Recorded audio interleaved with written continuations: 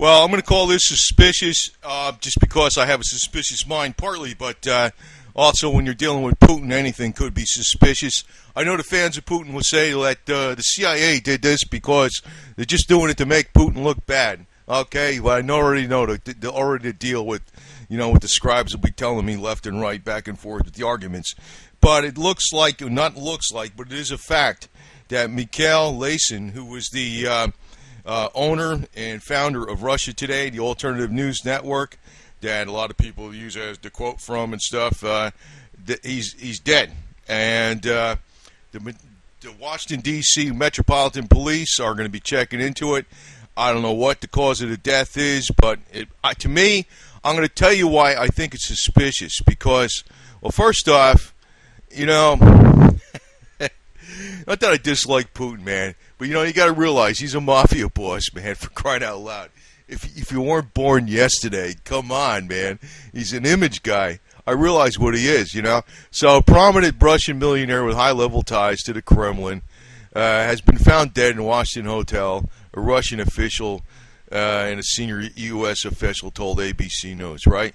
So he died in a hotel. He wasn't walking down the street, didn't get mugged in D.C. or anything like that, It's like Boris, he died in the bathroom, he hung himself, okay? I don't know what this guy did, but let me put it to you this way. Here's where I'm suspecting something from Putin. Here he is back just a little while ago. He was also the head of the media for Gazprom, which is, Putin's in there. Of course, he denies it. But Forbes, Russia, cited sources in the media and the government as confirming that the resignation of Mikhail Lesin was one of the individuals that said the decision personally came from President Vladimir Putin. So they got rid of him in Gazprom media, and now he's dead from Russia Today media. So what the hell is that telling you? It could be because of... it could be because of like what's going on in Russia, because how they're feeling so much economic pain, and things aren't going well. It's like the other people around them sometimes go. I mean, like other people. I forget, there was another guy that was like the 10th richest guy in Russia. He was under investigation. I don't know what this guy would have done, though. I have no idea. It doesn't make any sense to me on the surface, but. The one tip-off I had is this, that he was forced to resign from Gazprom media only about 10, 11 months ago, less than a year ago. And now he's dead in a Washington, D.C. hotel.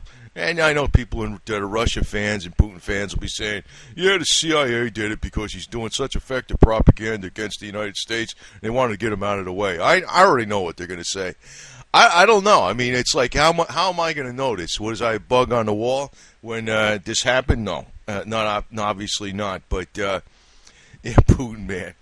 I don't know why Americans cheer on this guy like he's going to be our savior, man. He's not our savior.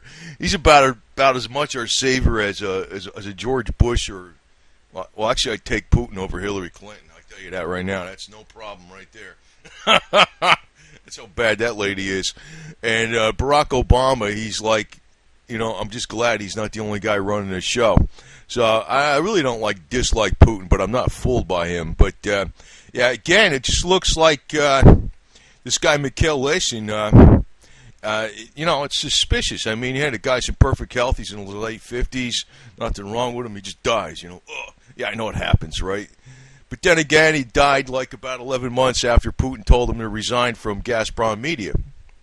And, you could have 100 people say one thing, and if Putin says something else, guess what flies? What Putin says.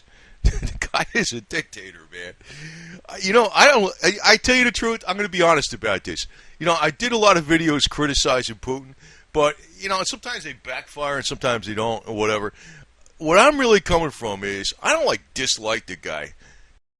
I don't. I think he's all right. But I realize what he is. He's a mafia boss, for crying out loud. What are you, stupid? Are you born yesterday?